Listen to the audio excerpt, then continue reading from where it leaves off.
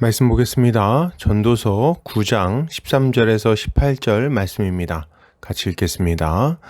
내가 또 해 아래에서 지혜를 보고 내가 크게 여긴 것이 이러하니 곧 작고 인구가 많지 아니한 어떤 성읍에 큰 왕이 와서 그것을 에워싸고 큰 흉벽을 쌓고 치고자 할 때에 그 성읍 가운데에 가난한 지혜자가 있어서 그의 지혜로 그 성읍을 건진 그것이라. 그러나 그 가난한 자를 기억하는 사람이 없었도다. 그러므로 내가 이르기를 지혜가 힘보다 나으나 가난한 자의 지혜가 멸시를 받고 그의 말들을 사람들이 듣지 아니한다 하였노라. 조용히 들리는 지혜자들의 말들이 우매한 자들을 다스리는 자의 호령보다 나으니라. 지혜가 무기보다 나으니라. 그러나 죄인 한 사람이 많은 선을 무너지게 하느니라. 아멘. 전도서 9장 13절부터 18절까지 성읍을 건지는 하나님의 지혜라는 제목으로 말씀 보도록 하겠습니다. 신자는 하나님의 지혜이신 예수 그리스도를 따라 살아가는 자입니다. 왜요? 하나님의 지혜가 우리의 인생을 참으로 새롭게 한다는 것을 굳게 믿기 때문입니다. 오늘 본문을 통해서 이에 대해 함께 살펴보도록 하겠습니다. 오늘 전도자는 자신이 경험한 가난한 지혜자가 성읍을 건진 이야기를 예로 들면서 지혜가 힘보다 더 나은 것이지만 사람들은 가난한 자의 지혜를 멸시하고 그 말을 듣지 않는다고 말합니다. 전도자는 조용히 들리는 지혜자들의 말들이 우매한 자들을 다스리는 자의 호령보다 낫다고 말하면서 지혜가 무기보다 낫지만 죄인 한 사람이 많은 선을 무너지게 한다고 말합니다. 이것을 타번역본에서는 지혜가 무력보다 강하다고 내가 늘 말했지만 그 가난한 사람의 지혜는 무시되었고 더 이상 이것을 들으려 하지 않았다. 조용히 들리는 지혜자의 가르침이 어리석은 통치자들의 외침보다 훨씬 낫다. 지혜는 무기보다 낫지만 한 사람의 죄인이 다수의 행복을 파괴하고 만다라고 번역하고 있습니다. 본문은 지혜와 힘을 대조하고 조용하다와 호령을 대조하면서 조용한 지혜가 큰 소리를 지르면서 힘써 싸우는 것보다 더 낫다는 것을 강조하고 있습니다.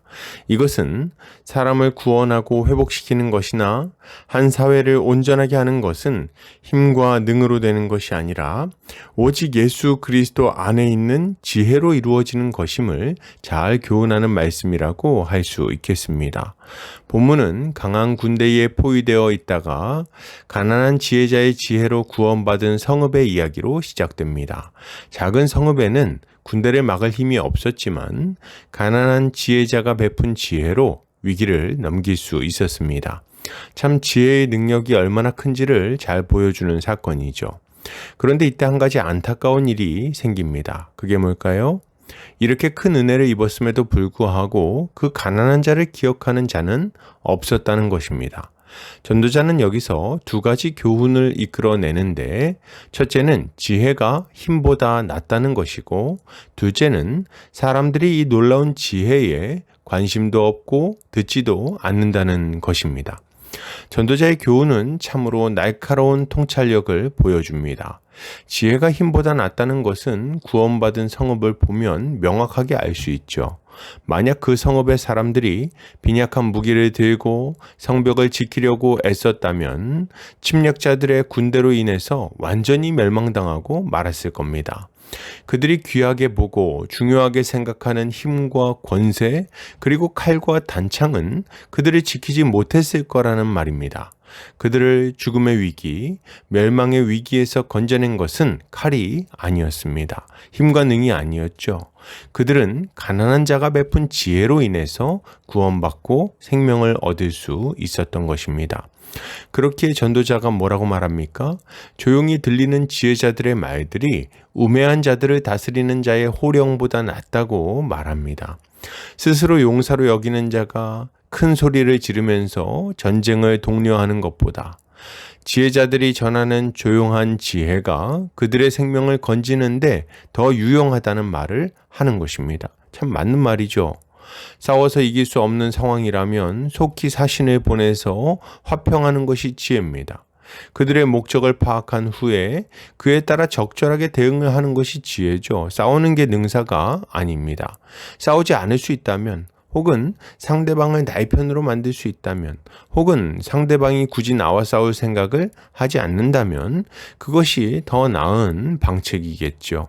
그리고 만약 상대방이 타협할 수 없는 자들이라면 그들을 속이거나 유도해서 망하도록 지혜를 발휘해야 하는 거죠. 이것이야말로 지혜의 능력이라고 할 수 있을 겁니다. 그런데 이때 우리가 한 가지 더 생각할 지점이 있습니다. 그게 뭐냐면, 우리가 추구하는 지혜는, 또한 성경에서 말하는 지혜는 이러한 권모술수를 뛰어넘는 초월적인 지혜를 말한다는 점입니다. 만약 싸울 능력도 없고 도와줄 세력도 없으면 어떻게 하겠습니까? 원수들의 목적이 나와 내 백성을 모욕하고 죽이는 것이라면, 그게 목적이라면 어떻게 하겠습니까? 혹은 모든 것을 빼앗아 가서 우리를 재기불능의 상태로 만들려는 목적을 가지고 있다면, 말이 안 통하는 상황이라면, 그렇다면 어떻게 하죠? 세상의 권모술수로는 이런 상황에 대처할 수가 없는 것입니다. 성경에는 이런 난처한 상황이 종종 등장하곤 합니다. 사울이 왕이 되었을 때 암몬의 나하스라는 인물이 쳐들어오죠. 그가 요구한 것이 무엇입니까? 이스라엘 백성들의 한쪽 눈을 빼는 것이었습니다. 타협할 수 없는 걸 요구하는 거예요. 기드온 때 쳐들어온 미디안 백성들은 어떻습니까? 그들은 마치 메뚜기 떼처럼 모든 소산을 먹어치우고자 했습니다. 이스라엘 백성들을 굶겨서 죽이고자 한 겁니다. 아수르 왕 사네립도 마찬가지였죠. 하나님을 모욕하고 나라를 망하게 하려고 마음먹었습니다. 그러니 이런 자들과 무슨 타협이 있을 수 있겠습니까? 그러면 이런 자들로 인한 위기에서 가져야 될 지혜는 뭘까요? 바로 하나님을 경외하며 그를 의뢰하는 지혜라고 할 수 있을 것입니다. 사울은 성령의 능력으로 암몬을 물리쳤고, 기드온도 하나님의 능력으로 미디안을 한 사람 치듯이 쳤습니다. 그리고 히스기야도 하나님께 엎드려서 간구함으로 천사의 도움을 받았지요. 하나님을 경외하며 그를 의뢰하는 것이야말로 하나님의 백성들이 가져야 될 참된 지혜인 것입니다. 우리는 이것이 꼭 전쟁을 맞닥뜨린 사람에게만 해당되는 교훈이 아님을 알아야 됩니다. 왜요?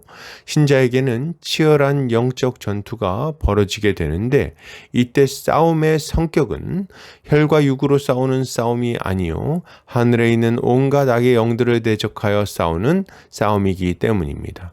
우리는 무엇으로 이 싸움을 싸울 수 있을까요? 칼과 창으로 이 싸움을 싸울 수 있습니까? 아니죠. 그런 것으로는 우리 안에서 올라오는 악한 생각과 정욕을 이길 수가 없습니다. 굳은 의지와 결단과 노력으로 싸우면 이겨낼 수 있을까요? 이것도 안 됩니다. 우리의 의지는 미약하고 우리 안에서 불타오르는 정욕은 강대하기 때문입니다. 힘으로도 안 되고 능으로도 안 되고 권모술수로도 안 됩니다. 우리는 도무지 죄를 이길 수 없고 도무지 악을 이길 수가 없는 거예요. 우리가 이 싸움에서 이기는 방법은 하나입니다. 그게 뭡니까? 하나님의 지혜를 얻는 거예요. 오직 하나님의 지혜만이 이 악한 세상 속에서 사탄의 공격을 이기게 하기 때문입니다. 그러면 하나님의 지혜는 무엇을 말합니까? 바로 우리 주 예수 그리스도를 말합니다. 예수 그리스도야말로 뱀의 머리를 밟고 죄와 사망의 권세에서 우리를 건지신 하나님의 지혜시죠. 우리는 이 예수를 믿음으로 말미암아 사탄의 권세를 이기는 것입니다. 하나님의 지혜이신 예수 그리스도는 말씀으로 우리에게 찾아오십니다. 복음이 선포될 때 주님은 우리의 마음을 두드리세요. 그리고 믿음으로 받아들이는 자들은 하나님의 지혜이신 예수와 연합해서 그의 공로를 힘입어 구원에 이르게 되는 것입니다. 그런데 이때 우리가 전도자의 두 번째 교훈에 주목할 필요가 있습니다. 그것은 모든 사람이 이 지혜를 누릴 수 있는 것은 아니라는 점입니다. 어리석은 자들과 죄에 임박인 자들은 참으로 안타깝게도 하나님의 지혜를 완고하게 거절합니다. 이들은 볼 눈이 있어도 보지 아니하고 들을 귀가 있어도 듣지 않는 자들입니다. 이 악한 자들은 회개가 선포되어도 울지 아니하고 복음이 선포되어도 웃지 않습니다. 그리고 다른 사람들도 복음에 반응하지 못하도록 그것을 막아서기까지 하죠. 그러니 어떻게 하나님의 심판을 피할 수 있겠습니까? 이들은 말씀의 사랑을 받지 못하여 영원한 멸망에 들어가게 되는 것입니다. 그러므로 여러분, 이것을 생각할 때 신자가 가져야 될 마땅한 모습은 무엇일까요? 가장 먼저 우리는 예수를 믿어야 되겠습니다. 우리가 그를 믿으면 그는 우리를 거듭나게 하실 겁니다. 우리 안에 성령을 부어주셔서 완전히 새로운 존재가 되게 하시고 새로운 삶을 살게 하실 거예요. 이전에는 죄에 져서 죄에 끌려다니는 멸망의 자녀였다면 이제는 죄를 이기고 의를 향해 나아가는 하나님의 자녀가 되게 하시는 것입니다. 그러니 우리는 먼저 예수를 믿어야 하는 거죠. 또한 이미 예수를 믿는 자들은 어떡합니까? 우리는 성령의 인도하심을 따라서 그가 부어주시는 능력으로 죄와 싸우고 의를 행해야 하겠습니다. 어그러져 있는 우리의 삶을 온전한 모습으로 바로잡아 나가야 하는 거죠. 주님의 말씀으로 우리의 인생에 무너진 부분들을 다시 일으켜 세워야 하는 것입니다. 죄가 우리를 망하게 했습니다. 죄가 우리를 고통스럽게 했죠. 그로 인해 나뿐 아니라 우리 가정도 괴로웠습니다. 그러나 이제는 다릅니다. 예수가 우리와 함께하니 달라지는 거죠. 하나님의 지혜가 우리를 이끌어 주실 겁니다. 그리고 그 올바른 길로 나아갈 수 있는 힘과 능력도 부어 주실 거예요. 그러니 우리는 믿음으로 지혜를 따라 순종하면 되는 것입니다. 이게 다가 아니죠. 하나님의 지혜는 우리의 교회 공동체도 온전하게 세울 것입니다. 우리 이웃들에게까지 영향을 끼치겠지요. 우리가 하나님의 지혜이신 예수께 사로잡힌다면 그는 참으로 우리를 온전한 관계 가운데, 참으로 복되고 충만한 관계 가운데 세워주실 것입니다. 이것이 믿는 자들에게 부어주시는 지혜의 능력인 것입니다. 결론을 드립니다. 여러분, 예수를 믿읍시다. 하나님의 지혜를 사랑하고 그 지혜를 따라 살아갑시다. 이것이 우리의 삶을 참으로 복되게 바꾸어 줄 것입니다. 오늘도 주님의 지혜로 승리하는 성도님들 되시기를 주의 이름으로 축복합니다.